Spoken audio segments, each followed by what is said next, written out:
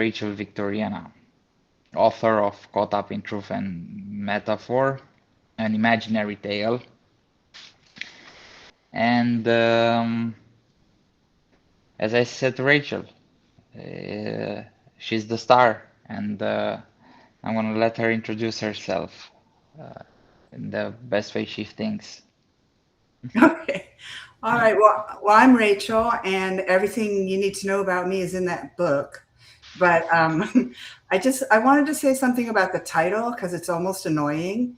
And the reason that title says "Truth and Metaphor: An Imaginary Tale" as a subheading is to basically let me off the hook for using everybody that I know and everything that really happened and having it be so extremely weird that is just kind of like a disclaimer on the book is what it is.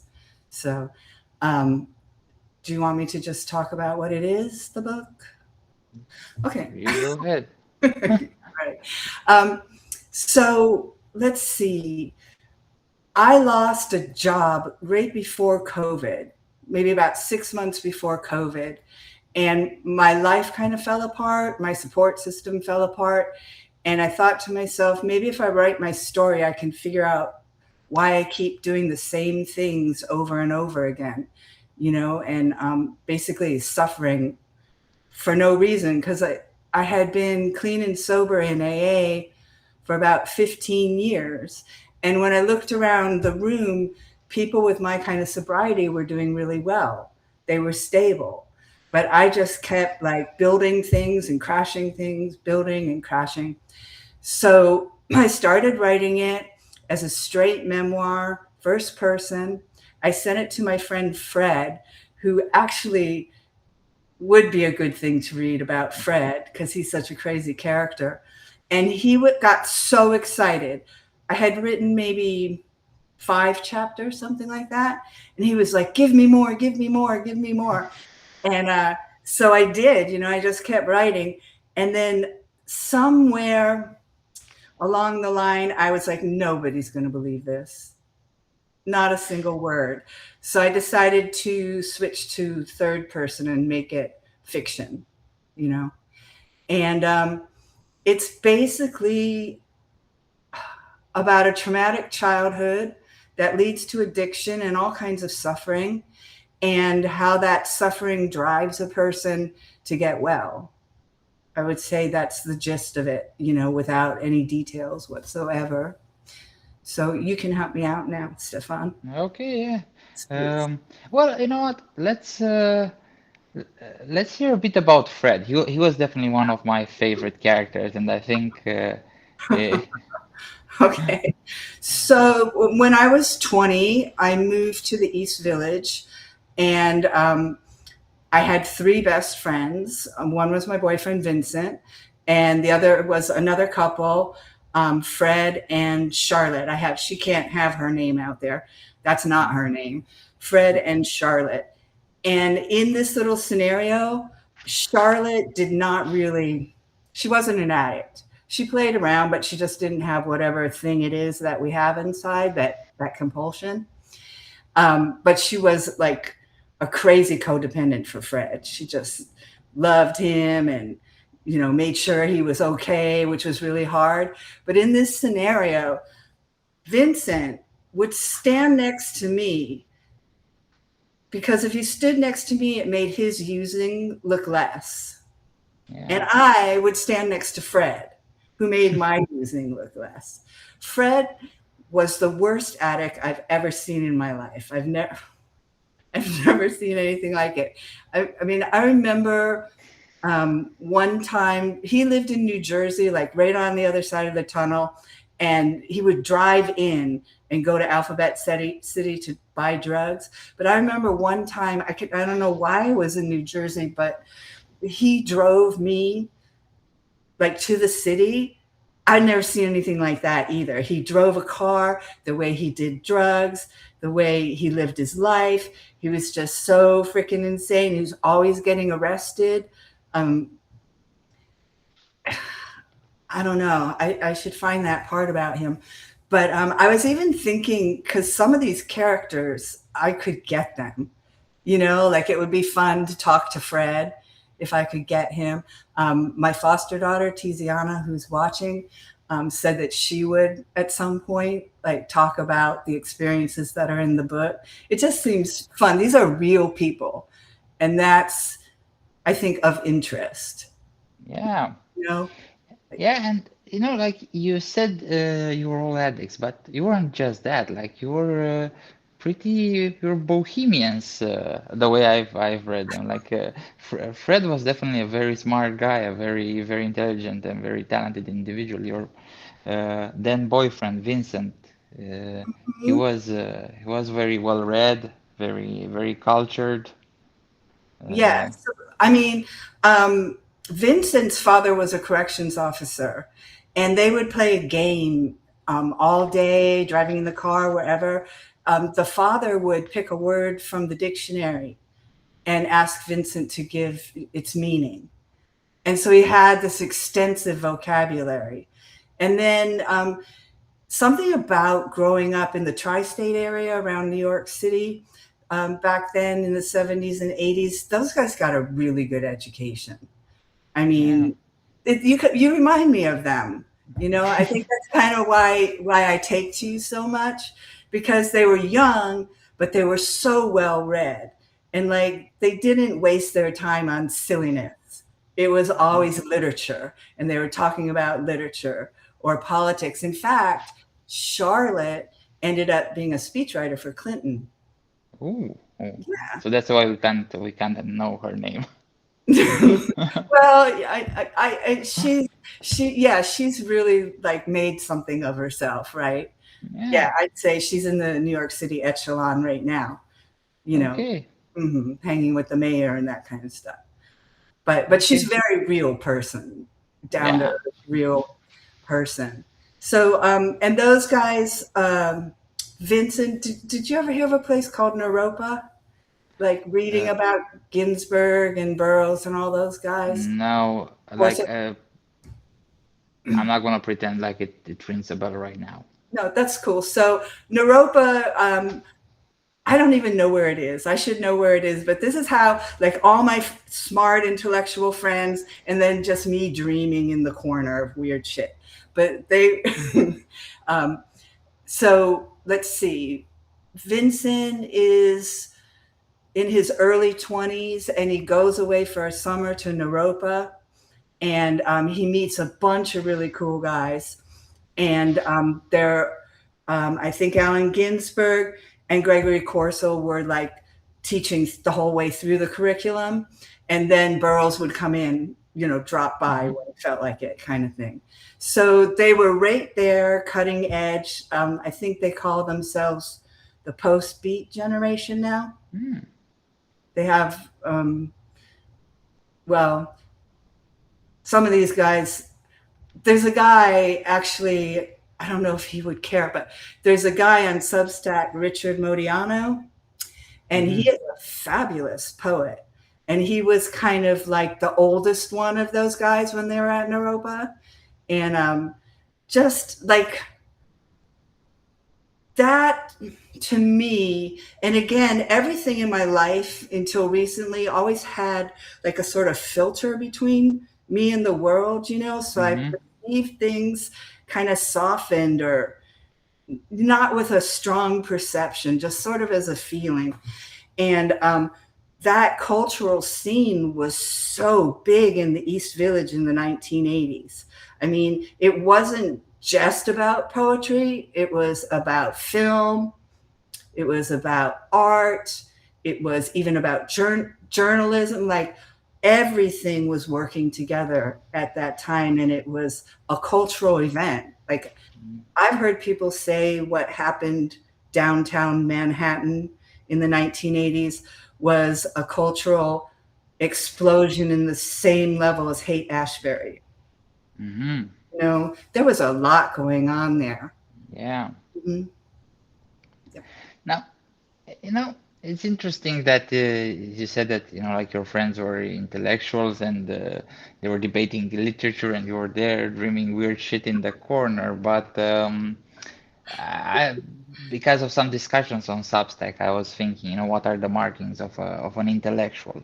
And I remember I said to somebody here that for me an intellectual is somebody who um, is interested in stuffs of the intellect, ideas and discussion, but also who questions them, like doesn't just use them in a way that like to promote something or to push an agenda or to appear smart, to advance and stuff. It's not something that you can qualify for something. It's something that you do, and it's something that you value. And one of my favorite passages from the book is when you were teaching. Can you tell us a bit about that? When you were discussing crime and punishment with your students. Like that's definitely that's one of my favorite passages, and it's nice because although the novel it's quite grim at times, because at the end of the day it's a novel about addiction and trauma, childhood trauma, but it's also about a story about endurance, about perseverance, about good fighting evil, light versus dark. Yeah. Okay. So that whole thing is just so strange. I did go to college and I did graduate college, although I'm not sure how that happened. In fact, I remember some vague thing of asking a friend to go see my guidance counselor in college and tell him to graduate me. And the guy saying to the person, "Oh, she's such a pain in the ass. Just tell her it's taken care of." Hmm. Like, isn't that weird? Like, I Yeah. don't know how awful I must have been, or like, who knows back then. But anyway, I'm trying to say this. Uh, so in college, I learned anthropology, and that's about it. And in high school, as you know, I learned nothing. I was just high and at the beach and feral addict running around Rio de Janeiro. But Yeah. so at some point, when I was in Maui, because a lot of things happened before what you're talking about. I don't know. You say teaching, and I go to my real teaching, which was the English, as opposed to teaching before mediation and peer counseling and life skills. I should be teaching life skills. That's really a classic, but that actually happened. Um, anyway, um, this lady on a board of directors of this mega church with a K through 12 school asked me, and I don't even know why she asked me. That's the strange thing about life. Like, I've learned from writing this book that it's pre-written. Nothing is out of order. I'm telling you, if my life is completely in order, so is everybody's. There's nothing wrong going on. But she said, "We need an English teacher, 9 through 12. Do you think you can do it?" And I'm like, "Sure." And that was only because of living in the East Village surrounded by all those poets. And Vincent constantly reading poems to me and, say, "Read this book, read that book." And somehow it all got in there. And I did always like Russian literature. I don't know what it is about that literature. Still to this day, you can hand me anything by a Russian author and I'm just going to love it. I think I feel on the inside like a lot of them. There's some kind of, I don't know what. But anyway, we're talking about teaching school. Um, I mean, for a person who can't hold down a job and has been a server my whole life, an opportunity to teach school, you just don't say no. I mean, do you have a particular question about it? No, no, it was just uh, interesting, and there was, and I hope I'm not misremembering because there's been some months, but there was that episode with the conservative parents who were a bit concerned that you were teaching their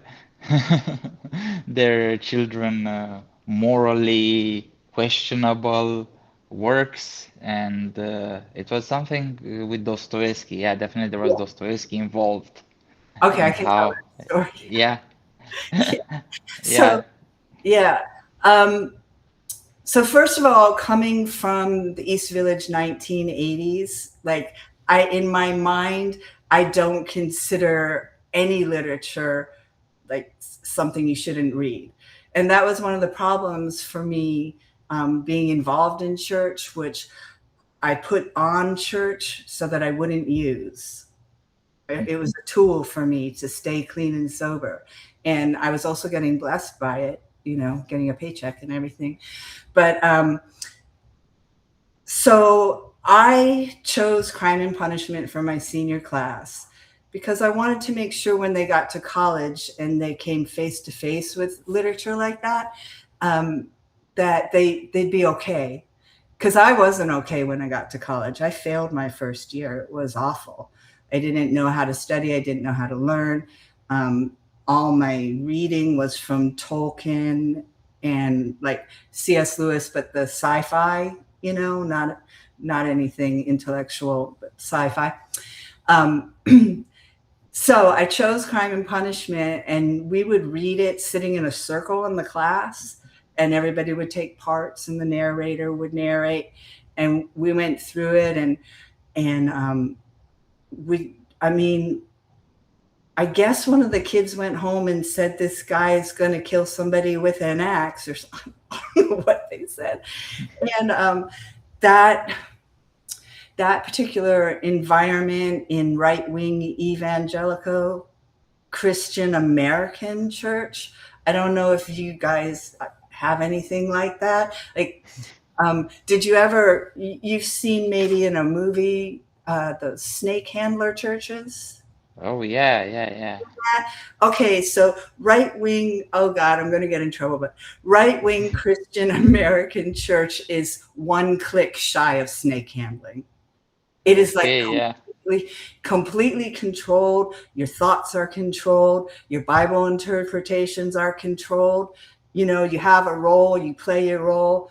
And I had to sign a contract there that I wouldn't smoke, I wouldn't drink, I wouldn't do drugs, and I wouldn't fornicate.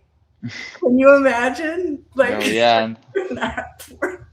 so for me to teach a novel with a murderer, and of course the parent hadn't read the book, Yeah. so this caused problems. But then whoever knows or doesn't know, Crime and Punishment talks about Nietzsche and help me, Um, Nietzsche. Nietzsche. Yeah, Nietzsche and who's the other philosopher of the time? Mm, Well, there's many. There's Hegel, yeah, but okay, yeah, Nietzsche and Hegel, those two opposing philosophies were in the novel.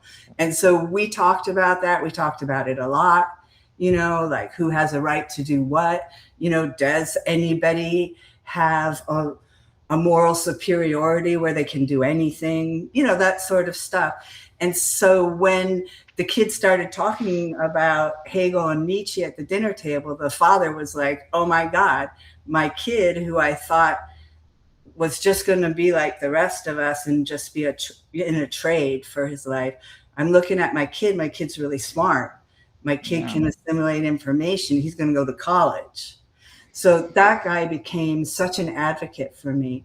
But I will tell you, and Tiziana would tell you too, it was always constant pressure, like resistance against everything, and I think I make some snarky comment of what's he going to do when I get to Macbeth and Hamlet, but yeah, again, probably nobody was reading any of these things.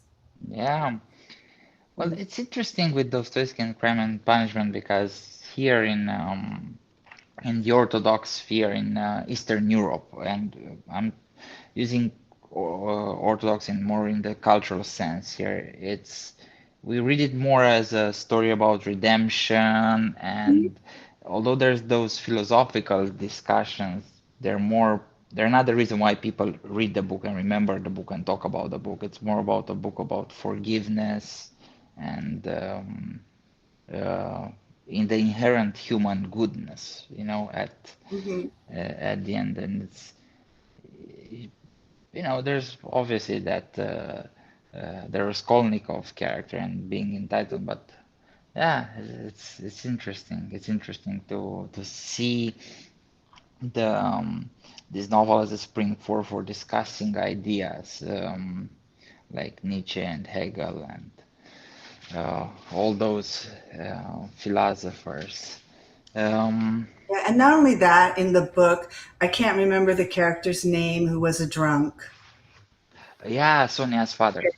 So, we're talking about, and we're in a church setting where everybody's putting on an act. Nobody is the authentic, and we're discussing in a class full of teenagers who is the better person, the drunk, because a drunk was already labeled as a loser across the board in that environment, you know, Yeah. but he had such a pure heart. He was such a beautiful person, so it opened like another conversation. And in fact, in these conversations were opening up all the time within that rigid structure. And that's why it was almost self-destructive on my part to do what I was doing in that classroom. But I, although I needed that structure to stay clean and sober, and I was desperate not to use drugs because it was it always goes really wrong. But it, I couldn't stand the way they would just put people in boxes, like Yeah. according to their sin, right? Oh, this person, they're no good because, they turn tricks on the corner, or this person, they're like not being able to see the shadow in Yeah. themselves. So they can't bear to look at the shadow being presented in someone else's life because it's too threatening, you know? Yes. Yes. There's there's that trend here in Orthodoxy as well, but if there's one thing that the modern saints, the saints of the 20th century, they're trying to teach is to see and forgive and practice love and see yourself as the worst sinner and everybody else as a saint. And I'm gonna use this idea to segue a bit back to your book and your Substack and your work. So there's this idea. Uh, I forgot exactly which saint said it here in Orthodoxy, but they said where sin abounds, grace abounds even more.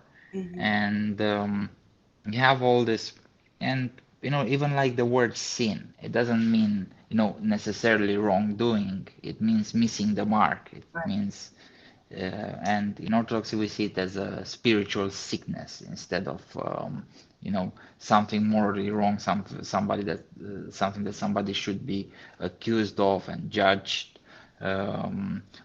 No, it's something that the church is there to heal. And your Substack is called Messages from the Minds of a Mystic. Hmm. And there is that mysticism. There's that, and you also had an experience with a modern day mystic there with sister. I forgot her name. Oh, Sister McKinney. Yeah. Sister McKinney. Yeah. So, Hmm. uh, so can you tell us a bit about your experiences as a mystic? All right. Well, very early in my life, there was serious trauma, and I had to dissociate from reality. And if I was going to sort of pinpoint where it all started, if you can think about a 6 year old laying on their bedroom floor with the little record player, the little square record player. And I had these big LPs, they were Grimm's fairy tale records. And I would Mm, just listen to one after the other, and I would just lay on the floor. And I wasn't getting any nourishment from home. Nothing was coming in to help me. So when I was listening to those stories, first of all, they were telling me that my life was in order a bit in a way because it looked the same. The yeah. scariness and the strangeness of it. And I would just sort of receive things, random things. And I've always been like this, you know. Um, but it didn't really. And since I started using at age 12, and sort of put a numbing over everything, it didn't really pop up in a big way until the Chelsea Hotel Yeah. much later. And when I was in church, we go back to church, I would have mystical experiences all the time. And I couldn't really talk about them. Although in our classroom, we had some very mystical experiences. We used to sit around in a big circle on the floor and sort of chant and pray and sing, and the whole room would start doing things. And I don't know whatever happened in that room, and I don't know why we got away with that sort of stuff, but that was really wild. And I would say that all that stemmed from my tutelage under Sister Mary McKinney, which Mm. happened, I'm thinking about 1990 through 1992. And for you guys watching, I went from Hawaii to a San Bernardino ghetto and signed on basically as a missionary. And the pastor and his wife took me into their house. And Mary, Sister Mary, I don't even know how to describe this woman. I've never met another human being that connected to God in my life, but so fully present, full of love and compassion. A lady who fed the homeless, housed the homeless, visited prostitutes in jail, knew everybody where they were, what was going on with them. And she would do this thing in the middle of the night. It was her hour, like between 3 and 4, where she would go into their den, which was next to the bedroom where I was living, and she would just pray. Like, it wasn't that she was like shouting or screaming or saying words or anything like this, but she would just summon, like she was summoning, she was creating another dimension inside the house. Like, the house didn't even exist with what she was doing, is the only way I know how to describe it. And she would basically just get her messages during that time for what she was going to do the next day. And can I tell that story about the crack house? Yes, You know go that ahead. crack house? Okay, so I mean, this is what she was like. She's like, Rachel, okay, you can't eat for the next 3 days. And I'd be like, why? And she'd be like, something's coming. Don't eat 3 days. Can you do it? And so we did that. That was my first time fasting. I didn't like it, not a bit. That was like very difficult. I'm not very good at that. But so we get in the truck, and I'm like, what is happening here? And she drives the little truck to this like wasted motel, like a single story, just trashed hotel. And she just puts her hand on my hand, and she goes, listen, that's a crack house, and we're going in there. We have an appointment in there. I'm like, okay. Like, what? So she goes up there, she just knocks like twice and opens the door and marches into this place, which is four motel rooms with the walls banged out, with all these mothers and their children. It's the first of the month in a welfare community, so they all have their checks, and some have 6 kids, some have 3, and they're all just all the way around those 4 rooms. They're sitting there waiting for the drug dealer to open up from the last hotel room over here. And she just goes in there, and I can't even describe what she does, but she brings the whole of whatever happens between 3 and 4 in the morning into that environment. And she basically just talks to them just like we're talking. And she's like, you got to make a choice. You know, you're going to choose life or death. What are you going to do?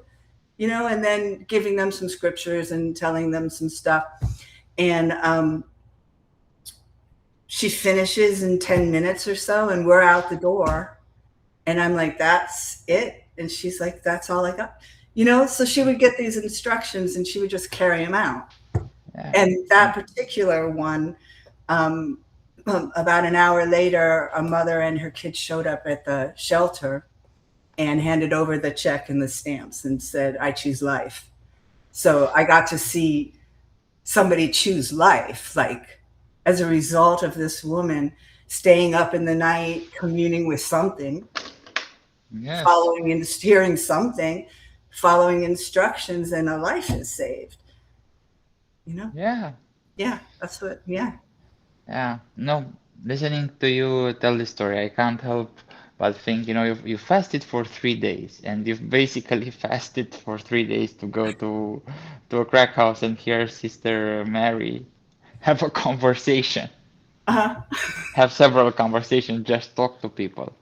And yeah, I think that's the weird thing about grace and the divinity is that when it comes in reality, it just makes us realize how unreal everything is and how there's a deeper reality. Like I like how you said that the she summoned another dimension in the house and it made everything else feel unreal compared to that um, to the deeper reality that Sister Mary was summoning or coming into contact with, better said. And the writer of Saint Paisios and the Young Man. It's a novel. Um, it's not a fiction in a sense. It's similar to Caught Up. Describes a passage in which Saint Paisios, which is a Greek saint, a Greek Atonite father of the that was active during the 20th century and was revered even during his lifetime, especially in the second half of the 20th century, of the last century. And they were driving together, like the author was driving, the writer was driving Saint Paisios, and he asked the saint, so what's God like? Because you've met God, and he says, it's you'll see him, and in the next moment, the author experiences this moment when she sees everything filled with light and light coming out of every tree and seeing everything, in a sense, restored. Yeah, restored to the world before the fall. And um, he says that it was him seeing God, and it seems that God as that immanent, permeating force. And your your description, your stories about Sister Mary reminded me, yeah, she sounds a lot like an Atonite father, like Mhm. Right. same modus operandi, same signs, same mindset, everything. If you read about modern day Orthodox saints, and put them next to Sister Mary, it's uh, definitely a lot more similarities, a lot of similarities, and definitely no differences, except that there were Greek monks in on Mount Athos, and she was a lady in a San Bernardino ghetto. Uh-huh. And Yeah, I don't know if everybody knows, in Black church, you are a sister. You know, it's not like she was a nun. She was married, yeah, had a beautiful husband, you know, everything. That's just a cultural calling her Sister McKinney. But she, like, at least while I was there, and I lost contact with her, which is really sad for me. I've tried so hard to find her. I was hoping that the book might somehow find her. I'd love for her to read about herself. You know, like, because if you're the saint, you don't see yourself that way. You, she was just so humble, and she just did what God told her to do. That was her life. She followed instructions. But that entire portion of town in that ghetto, she owned it. Yeah. She, everybody just came to her. She was such a beacon of light. It was the most amazing thing to be. This is such a nice thing for her to say, but she would call me her Aaron to her Moses. That's very Isn't sweet. that the sweetest? Yeah. And I wish that she could see me now, or see the book, or see the payoff for what she gave me. She passed her mantle, Well, definitely. you know? Definitely. And so that is a responsibility for me. And even when I was teaching school, I was aware of that mantle, if that makes any sense. But not until COVID, and like really starting to meditate and starting to practice the PowerPoint of everything that she had, which was that solitude alone time where she was listening and receiving and just open to whatever God needed her to do. Yeah. Which changes everything. I mean, that's what I would say to everyone. And I say this in AA a lot, and people just do not want to hear it. You must learn how to meditate. You must learn how to quiet yourself. You are so much bigger than you know that you are. I mean, we are tremendous. We are functioning on different levels of reality right now, and we have access to all the information. And that's why I want to see if I can read this Stumbling into the Mind of God, because you've heard of the Akashic Records. Have you heard of that? I am familiar with them, but can you refresh my memory? Listen, I'm not familiar with them, and I only recently learned about it. And it's all around the same time when you sent me that Borges short story about the library. And Yeah, the library. I was looking for confirmation to what I had written in there, and I wasn't finding it, but because I guess I was looking so hard for that confirmation, it ended up coming in another way, which is me discovering what the Akashic Records are, which is a library filled with everything that ever is, was, or will be, and something that we all have access to, through stilling ourselves and desiring it. But where are we in time? We have plenty of time. Don't worry. Okay, I'm going to read this. This is chapter 32 from the book. It's called Stumbling into the Mind of God. No matter how hard she tried to dismiss it, a solitary Bible verse plagued her waking thoughts. In my Father's house are many mansions. I go now to prepare one for you. In the dead of night, she startled awake, and there it was waiting. In my Father's house are many mansions. I go now to prepare one for you. As she dozed off, it ran on a constant loop, a movie reel across the interior screen of her mind, an unholy, unwanted song that taunted her with the spoken word instead of melodious lyrics. In my Father's house are many mansions. I go now to prepare one for you. Like a spoiled child, it refused to let her go.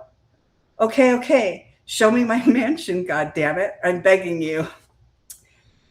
Halfway through a heart-brain coherence meditation, a vision broke through the incessant chatter and relieved her torment. She stood in front of a massive, polished ebony door with a dragon-shaped latch positioned well above her reach. With great exertion, she pushed the monstrosity, cracked open on purpose, just wide enough to slip through, and entered an extravagant circular entrance hall. The palatial foyer contained 7 curved doors carved with relief images of the gods, artistic narratives that promised to deliver all the mysteries of the cosmos. Lyrics from the Talking Heads song Once in a Lifetime reverberated through her brain. This is not my beautiful house. Reminiscent of St. Peter's Basilica, a breathtaking dome ceiling crowned the elegant space. Along its rounded walls, a polished white marble staircase wound its way far beyond the dome into the heavens. Massive chandeliers hung throughout at varying lengths. To her left, an open door roused her curiosity. As she approached, her footsteps echoed against the alabaster floor. On contact, the stone shimmered with a dazzling array of sparkling rainbow flecks, as if she was stepping in puddles of living opal. She crept forward like a cat burglar into a library of colossal proportions. I hope I'm not trespassing. Oversized leather books lined endless shelves. Unlike the entrance hall's domed ceiling, the library's countless floors rose in diminishing layers, disappearing into the distance. Likewise, the room itself expanded so far back it may have been infinite. The room, the entire space held shelves filled with more books than anyone had ever seen. Billions and billions, maybe trillions of books. Each volume had a name embossed on its binder in gold leaf lettering and contained the complete details of a single human life. The stories, recited out loud by the individuals contained within, echoed throughout the chamber. Their voices were not singing, they were speaking, and yet the tenor of their speech created a harmony so beautiful that Petra fell to her knees and wept. The library contained everyone who lived, who had ever lived or would ever live. Day and night they recounted the tales of their escapades. Their stories were malleable and as such were never-ending compositions. It was a beauty beyond Petra's wildest imagination, and she understood through and through that she kneeled inside the mind of God. All these separate life experiences combined as one composed the mind of God. They were all in God. God was in them. They were in each other. They were one. Beautiful. So, If I could snap, I can't snap my fingers. I should I would have snapped them. That was pure poetry, and you know that's one thing that I really love about Caught Up. It has that mystical and very out there literature. That's very speculative literature. I wouldn't know exactly how to call like magical realism. Yeah, magical realism is the best word that you'd see in Burroughs and especially like later Burroughs. But and there's a lot of the elements of childhood trauma that it's obvious in Iceberg Slim's Pimp, A Story of My Life. He was also had childhood trauma similar to yours. But I know you want to read the book, so I'm not gonna talk about it. But you know, yours is the only addiction novel or novel that deals with addiction that has a happy ending and luminous outlook, a positive outlook, ultimately. I think the only other one is this book that Burroughs really loved. It's called You Can't Win by one Jack Black.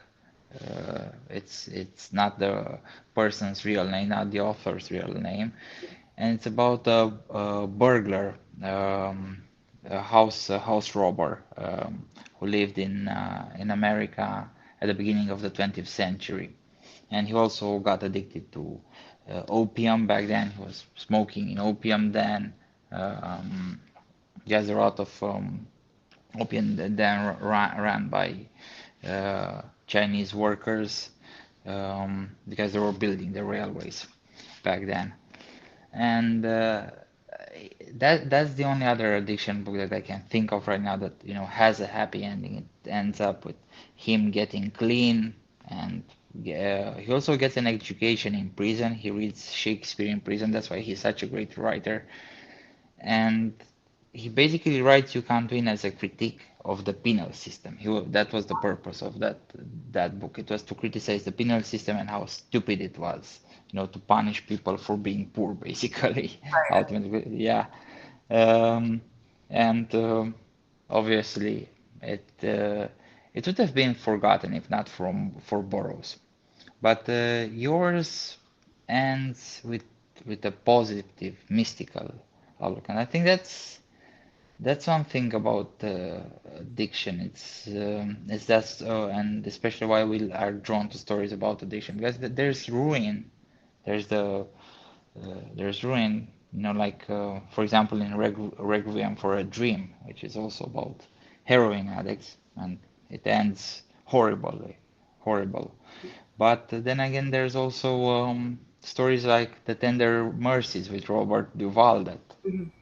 ends on a positive. And I think yours is like The Tender Mercies, but it goes even higher. It elevates. It really transforms one perspective. That's why I called it transformative fiction in one of my first notes when I was restacking and recommending it here on Substack. And it's really about a transformative experience, and I think that's one reason why people are drawn to read books about people who struggle with addiction, even if they overcome it or not, or they fail. But the reader definitely has a transformative experience. Yeah, I'm going to just say something a little incendiary right now about addiction literature in the vein that you're talking about. It's tragic, tragic, shocking, tragic. And I think a lot of it is written before there's even a chance for a beginning for redemption. And I've heard a lot of people who write this sort of literature poo poo redemption at the end of addiction as if that's something dirty that Yeah, happened. And just so people know, we get back to childhood trauma because the end could not have been as good as it was. Because honestly, you guys, I went through a whole bunch of stuff. I'm 68 years old and I just got a new job waiting tables. So it's not like the end is so great. Do you know what I mean? The end of the whole process is to get to baseline and have a chance to have a life. Like the trauma was so destructive, so splintering. I developed 3 alter personalities that, well, the 12-year-old was an addict, so I knew her. But the younger ones, the 8-year-old and the 4-year-old, I had no idea that they were in me, but they were constantly creating my external reality. And when I look back now, I can see that they were completely active. I had not suppressed anything.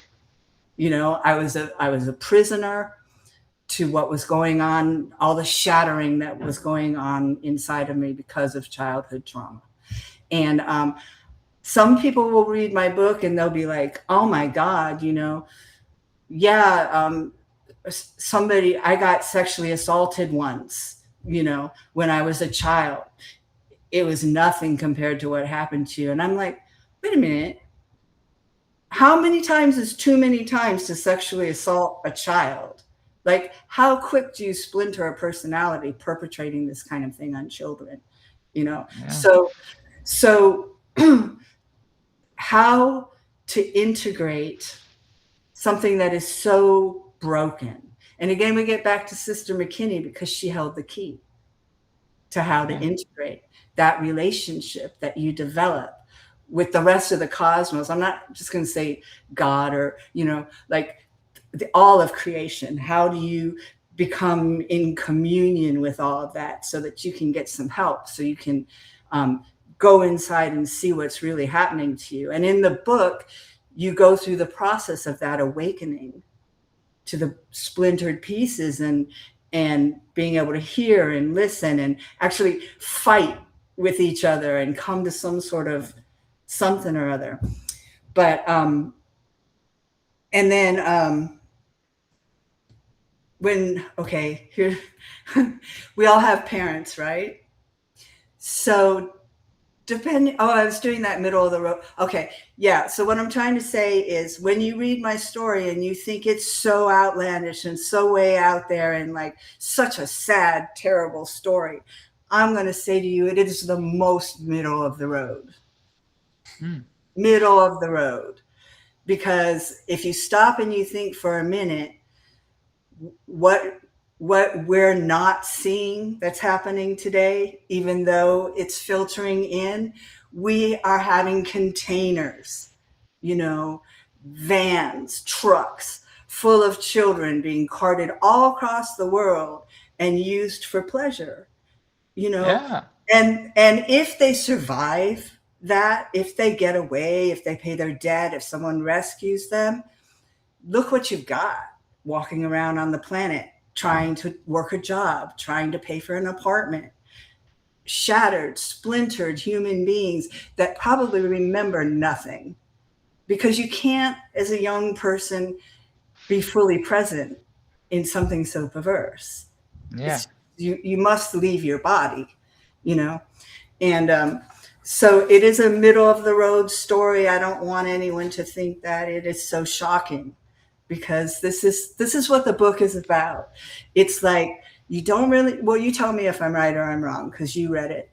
Um, it's not, it's an entertaining story, you know, that feels like any other addiction novel in the beginning, and moves through without you quite knowing it. It like intravenously you with this information about sexual exploitation of children and the devastating consequences, because you get to see just one life and what it did to one life. Why should I have to work this hard to get to the beginning at age 68? I mean, the experiences I'm having right now are really remedial. Like, Yeah. do you know what I mean? I'm like, I was so shocked. I went through that whole book, all that integration happened. I felt amazing. And then I walked out into life and I was like, why are the patterns still here? What, what is going on? But I reached a level now where I can recognize and start working with patterns, you know, and not succumbing to them the way we do. So yeah, I just want people to know this is not an outlandish story. Yeah. Well, it's not. I wasn't referring to it uh, to the outlandish parts. They weren't for me the stories, the factual events of your life, but it was all about the experiences and how you weave them in with a plot, with characters that develop, all that you have. There's all the markings, all the ingredients of a great novel, and then you have this elevating this experience. And it's I love how you described, how you said, we have splintered human beings walking around who have no idea how broken they actually are, and they're trying to have a job, trying to pay rent, you know Stealing your and car. uh, you know You it's know, like, sometimes. yeah. Mhm. Yeah. Yeah, yeah. Now, uh, I would be remiss not to take a comment from the chat from Gimli Glavin, who said, "Addiction and genius or creative wisdom often go hand in hand." And he says, "I'm speaking from experience too." And in New York, and in New York City in the 1990s too. Also, his name is from Tolkien. Gimli, yeah. So I know. What do you think about that? I see, to me, addiction, whatever it's going to be, especially when it starts, pretty much right out of the gate, that's medicine. It's not always getting wasted. a lot of times it's just finding normal for the first time, because um, our bodies are made of chemicals, and when you splinter or have other kinds of trauma, you don't always have to splinter. Those chemicals get really out of whack, Yeah. you know so for me, there's a big thing in AA, a disease model for, say, alcoholism, you know and it's a really nice thought to me, a disease model. But for me personally, it was trauma inspired.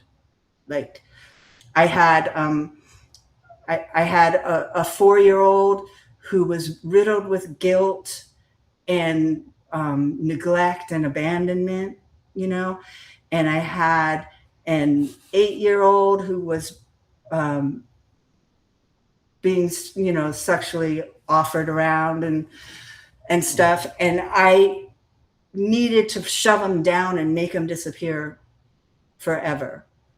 And that's a heavy load for a 12-year-old to carry. But if you add some alcohol and some cigarettes, the load gets easier to carry. And then progressing through weed and psychedelics and drink, whatever, all these things made it a little easier to put one foot in front of the other. And heroin for me, it had the chemical marker that filled everything and brought me to normal. I had never felt normal in my life. And I did that drug the first time, and I was like, oh my God, this is what other people feel like walking around, like they're not terrified all the time. They're not being haunted, they don't have crazy emotions overtaking them. They're not fainting in the subway, like. And so I don't know if addiction is the creativity as much as the thing that might allow for some creativity. Mm-hmm. Like open a door. Mm-hmm. Open up. Yeah. I mean, Yeah. Yeah, no, it's interesting on Gimli's comment.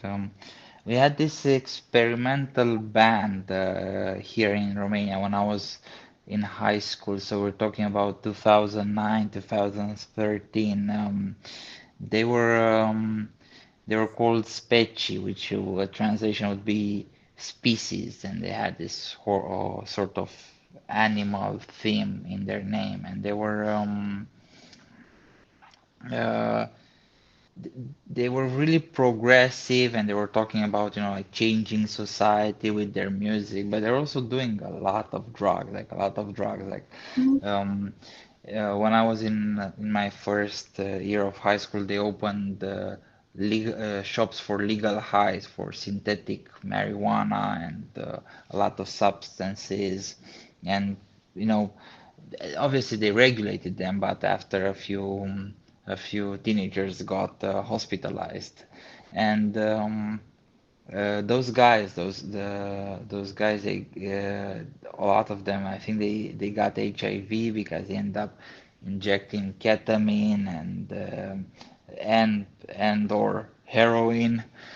uh, yeah, one of them, Dragono the dragon, he actually came to the church that I was just earlier today, uh, wants to minister and talk about his experience, and says that he's a broken man. I think he has something like 12 kids, and he's not. I think he's 10 years older than me. His wife, I think she was also an addict, or she struggled with addiction.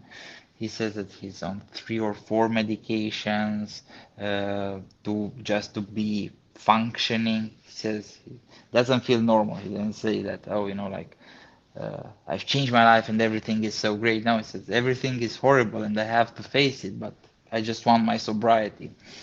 And yeah, and after meeting him, because for me it was the other way around. When I was in high school, I was very much into metal and to, like older music. um, I wasn't into hip hop, especially not into Romanian hip hop. So I see this guy at my church, and I say, oh, I want to listen to his music and music from that time. Oh, it's really interesting. And I read some of their interviews, and there were these young people, like they were 20, 21 at the time, very young, talking about changing society, and even in their music, they were saying, like how, like drugs opened the doors of perception. Even one of their albums was called Ushle, the doors, from the Mm. doors of perception. Um, and yeah, a lot of them, they just burn themselves out. They're still making music, but I think, yeah, most of them either they kind of dropped out from the whole scene because they burned themselves out, and it's just and yeah, I was thinking, like maybe if they didn't do so many drugs, would they've been so passionate and so experimental with their music, and so passionate about changing society, or if they didn't, would they've been able to actually act upon and keep grinding, keep doing their work to this day at that level of impact. Well, they would have to go through some sort of redemption Yeah, process to get to the other side to continue making music as the new man, as their divine self, as opposed yeah, to their human trap self in addiction. But I mean, addicts have been making and creating beautiful works of literature and music, I mean, forever, right? So again, I'll jump back to what came before the addiction. What about that person that needed the drugs to open up enough to be creative, because there's this feeling, and probably a lot of addicts will recognize the feeling when you're young, you don't fit in anywhere. I was like clinically self-conscious. Like I didn't feel like I should be alive or in anyone's way, or so under those kind of restrictions, I wasn't going to create anything. And I wasn't even going to be able to play with Barbies with my little girlfriends. Nothing. So once the alcohol and the weed and different things came in, I began being able to participate in life.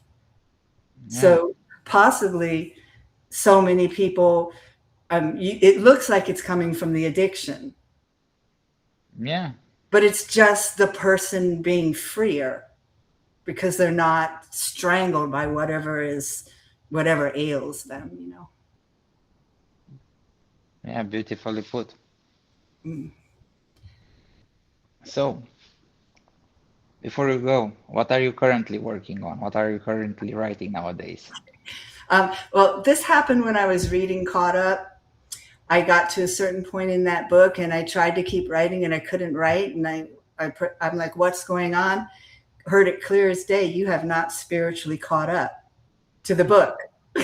Oh, I have to take some time. And in the book, I write about all those the EMDR therapy, the internal quest that I was going on, the looking at childhood and generational patterns and all these different things to get to a point where I could continue writing the novel.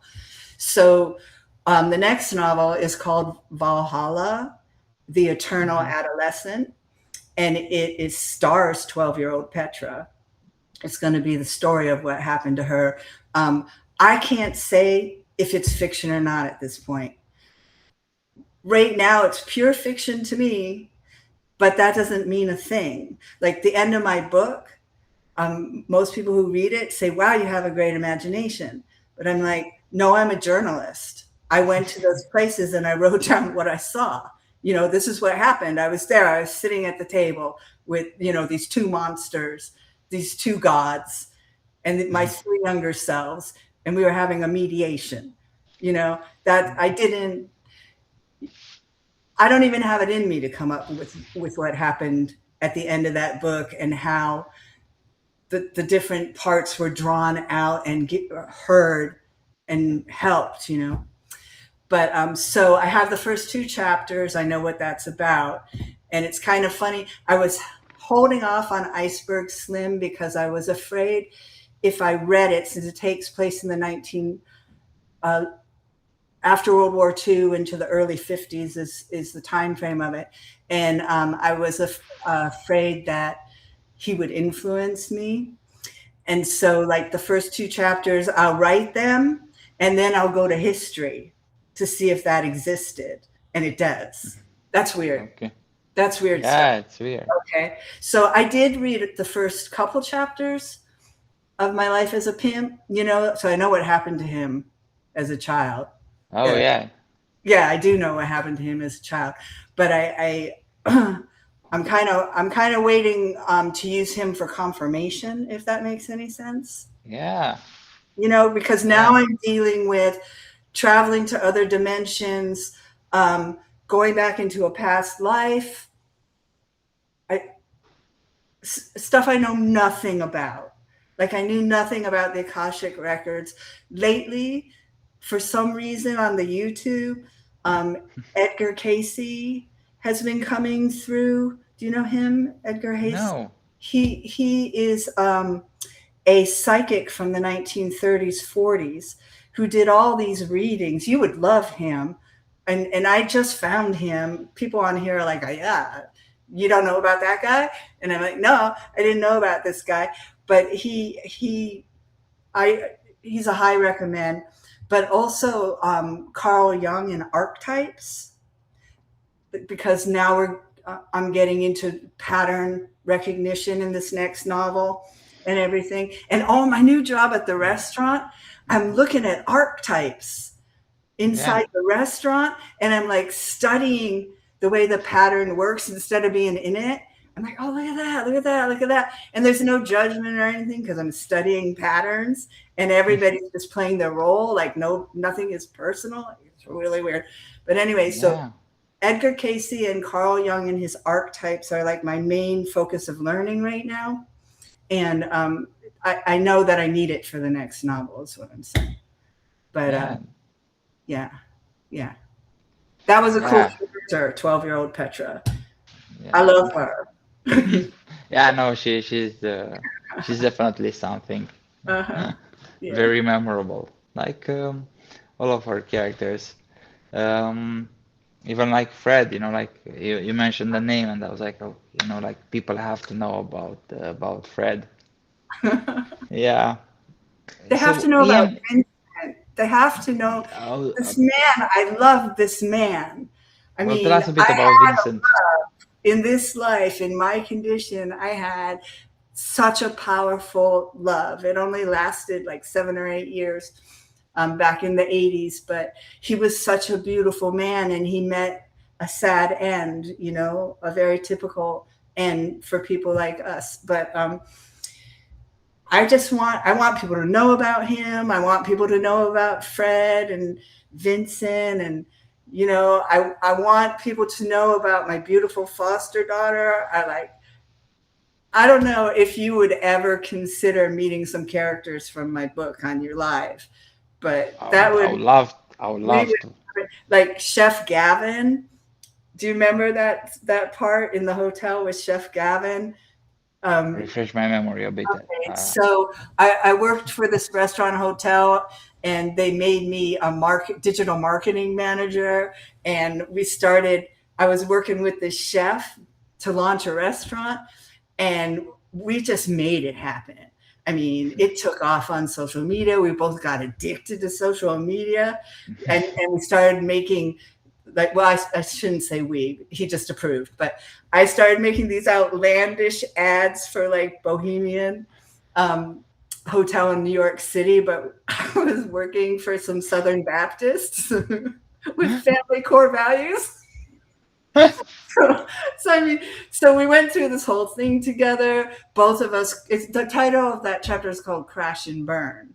And the two of us both crashed and burned. And he's such a charismatic guy. He's so much fun to talk to. But yeah. And Fred, I would really like to get Fred on, and I just have to see if he's willing to do that, because he may have some health issues or something, but I'm not sure. Yeah. I'm surprised to hear he has health issues. Sad, but he that guy was such a tank, such a tank. Uh, Yeah, yeah. yeah. So you've mentioned EMDR. Can Hmm. you tell us a bit about that and how it impacts your writing process, or how it impacted your writing process, if it did, if I'm not. Okay. Well, let me just do a little disclaimer. Okay, EMDR therapy is for people who are not in active addiction, first of all. okay. Active addiction, don't do it. So, somebody who's in recovery or never was an addict, you know, is a but has a traumatic childhood, is a candidate for it. And what they do is they use their finger, or they use sound, or they use like tactile things that alternate between left and right. And something about it um, uh, goes through your defenses and allows you to access memories. I mean, I'm not a psychologist or anything like that. And I write about it from the patient experiencing it. In fact, one of my therapists, I always try and have one of those, by the way. It's good to have someone you can say anything to. But she said, she's like, this is happening in EMDR because they're the therapists and they're performing like a service for you. And even if they've tried it, they're probably pretty stable people. So, like, when it starts uncovering split personalities, it can be quite shocking. Like, but my first therapist that did it was not shocked. And Hmm. she was the one that helped me uncover those three splintered personalities. Um, it's if you have memory lapse, you should go to EMDR. We shouldn't be walking around with memory lapse because that means something very serious is in the unconscious mind, and it is a powerful force in the unconscious mind creating our external reality, how we perceive things, who we draw into us. You know, what they create a mirror. They show themselves all the time. That's what all this, crashing and burning, self destruction, shooting. Like, who, come on, who just wants to shoot drugs in their arm? That's weird, isn't it? Sorry, Well, Alex. I'm very scared, and I don't think scared would be the right word. Like, I'm disgusted by needles. Like, whenever they take blood from me, or like they get a vaccine or something, I have to look the other way. Oh, you know Yeah. what? I do that to pretend that I'm not fascinated by it. Okay. In the nurse's office, I don't want them to like say, "Oh, there's an addict." But these addiction novels, so many of them, and I really wanted to avoid this in my work. Like, the needle is in the arm, and they're watching the blood. They're drawing back, and they're watching the blood, and this like 2 paragraphs just on that experience. And so, yeah. Ugh, Yeah. ugh. Yeah, well, with Burroughs, that's one thing that I really liked about Junkie. He doesn't romanticize it. He's very matter of fact, and the thing about Junkie is something that most people forget. Is he didn't intend it to write it as a literary novel, as a great work. He just wrote it f to have something to sell, so He that he did. could buy more drugs. It was Pulp Fiction. He didn't Yeah, even publish it under his own name. It's he ended up writing something great because he was a great writer. He was a very smart guy. He was I think he was close to his 40s when he got addicted to heroin, and he wanted to try heroin because there was that guy in that book, You Can't Win, that he really liked as a child, as a teenager, which was also again pulp fiction. It was like and it wasn't a serious book. It was just a novelty in a sense. And that's I think the sad part about literature, that there's a lot of great works that are overlooked because they were mislabeled even by their authors, you know. Um, and with probably with Burroughs, if he would have set out, I don't know, if he would have set out to say, I'm gonna write a novel about addiction, he probably would have ended up making the same mistakes that you're, or the same pitfalls, with the romanticizing and the description. And but with Junkie, he was pressed for time. He wanted to get the paycheck so that he could go and buy something, to buy some more stuff to shoot. That that was his deal. But even with the Dostoevsky and coming back to Crime and Punishment, you know that Dostoevsky was a gambling addict. No, but now that you say it, I did hear it somewhere. Yeah. Yeah, no, so he was a gambling addict, and the reason why Crime and Punishment deals with both the poor, the city poor of Moscow or Saint Petersburg or wherever the novel is set in, and also with the student with Raskolnikov, who goes through this Nietzschean dilemma of, like, if God is dead, everything is permitted, and it combines the two worlds, was because Dostoevsky was actually working on two works that were separate, but he was pressed for time because he had a lot of debts due to his gambling. He also had two families to take care of, his family and the family of his departed brother. And because he was pressed for time and for money, he mixed the two works so that he could have uh, more pages to charge for. So, even without Dostoevsky's gambling addiction, we wouldn't have had Crime and Punishment today to talk So about. they got paid by the page? Yeah, I'm not exactly sure if it was paid by the page, but there I was would like to definitely. get paid by the page. Hmm? Yeah, we would like to get paid.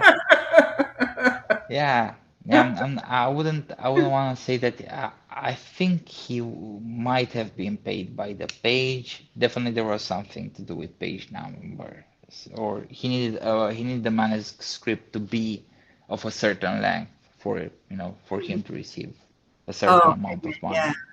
yeah. I can't recall exactly, but I know for sure he was actually working on two works, combined the two, so that he could have something to publish. So yeah. Well, there is something I want to say because there's quite a few people on this live chat. I'm just looking at it. But this book is going to be forever free on Substack. I'm never going to not have it available for free because a lot of the people that need the book are not going to be able to buy it. It's going to be too much of a hardship. So just so everybody knows, if you have somebody that you want to recommend it to, but they can't afford the book, they can get to it. And if you can afford the book and know somebody who needs the book, buy the book and give it to that person. Oh, let me show. You can show the hardcover, and I'll show the paperback. Okay, I'll show the So hardcover. this is the paperback. I'm trying to figure this out. Which is, it's a pretty substantial book, but it's really well made. It's good. I like this paperback because I can, Yeah. yeah. And then he has the hardcover. Yeah, I have the Hmm. hardcover with the author's dedication. So this is going to be very expensive. Very expensive one day. At some point, it's going to be a family heirloom. Yeah, and Yes. for anyone in America, because you know how we are, like everybody hopes that their book will take off and they'll be famous one day. But I still have a box of some books with typos in them, you know. So if anyone in America wants a signed copy with some typos in it, because there's only a few of those, Stefan has one of them. You let me know. Yeah, Mhm. yeah. No, I really think you're doing great work, Rachel, and it's as I said, it's not up to us, as writers, to do anything to influence our success. It's like T.S. Eliot said, we have to do the best we can. The rest is not up to us. And what I really loved about this novel, it has a message, it has a purpose, it has a mission. But at the same time, it's such a great book, such a fun book to read. It's honestly like the kind of book that you pick up and you can't put down. It's perfect, perfect for, and it's surprisingly light. Isn't Uh, that weird? yeah, like What I'm saying you're, is like intravenous drugs. You don't know yeah, what's being put in you. It just feels good. yeah. It just feels good. Yeah. You're like, what? Oh. So I do want to say this one thing. Um, Stefan and another gentleman, Victor D. San Diego, they read chapter 10, the Chelsea Hotel, and they both commented on that chapter at a time when I didn't know if I could go on. They both made these fantastic comments that like gave me what I needed. I can't remember exactly what you said, but you like saw the character inside a bigger, like I don't know, you did something amazing. But he also made this one quote that got on the back of the book, and so I'm going to have you explain yourself for this little Okay. quote because I loved it so much. It was on another chapter, and I was like, "What?" But Stefan said, um, well, let me read Victor's first because Victor said, "My idea of reality just got a severe beating with a heavy sack of holy sins." That's what Victor said. And then Yeah. Stefan says, "This novel reads like William S. Burroughs created the Powerpuff Girls." And I love that. So, So, mm, yeah. Well, just 1 second. I don't know what's happening here with my. Can you see me? I can see you. Okay, okay. Is your screen blank? Yeah. No. There was something that happened. So, yeah, to Rachel, I explained myself, and I'm not gonna be able to be as eloquent as I was in our correspondence. But if Rachel is okay with that, I'm willing to publish an essay on that, on William Burroughs creating the Powerpuff Girls. But the long and short of it is that Rachel's novel has that femininity, that girlishness, that womanhood, basically, experience that's encapsulated in the Powerpuff Girls, but it also has that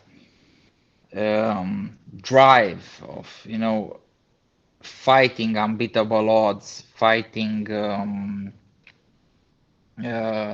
all those monsters that the Powerpuff Girls were fighting, basically, and she was fighting her own monsters in the form of addiction, of trauma, and uh,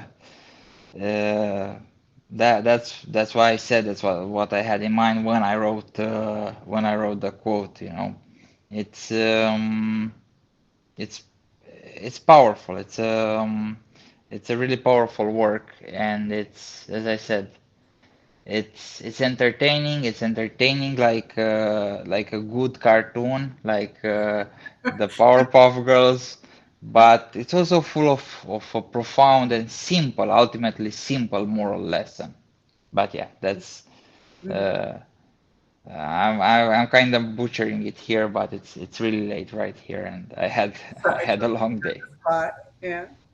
Yeah, but yeah, go go and see it for yourselves. And as I said, if Rachel is okay with it, I'm gonna publish a proper explanation here on Substack.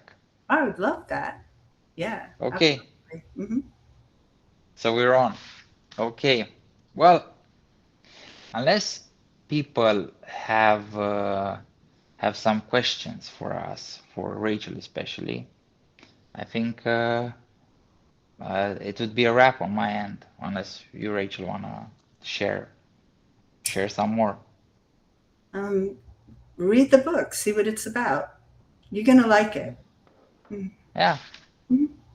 and comment. Rachel is always happy to reply and explain. She's a really great poster, a really great commentator. Yeah. Well, thank you all for coming here, for dropping in. Thank you very much, Rachel, for being able to do this. It was a pleasure. Um, it was my first time doing something like this. You know, I'm probably going to invite you over later in the year, and uh, be a better host. But it was fun. It was definitely fun. No, I No, think this was really fun. I hope everyone enjoys it. great. Okay. Well, until next time, I'll see you and we'll see you all on Substack. All right. Good night. Good night. Bye bye. Bye.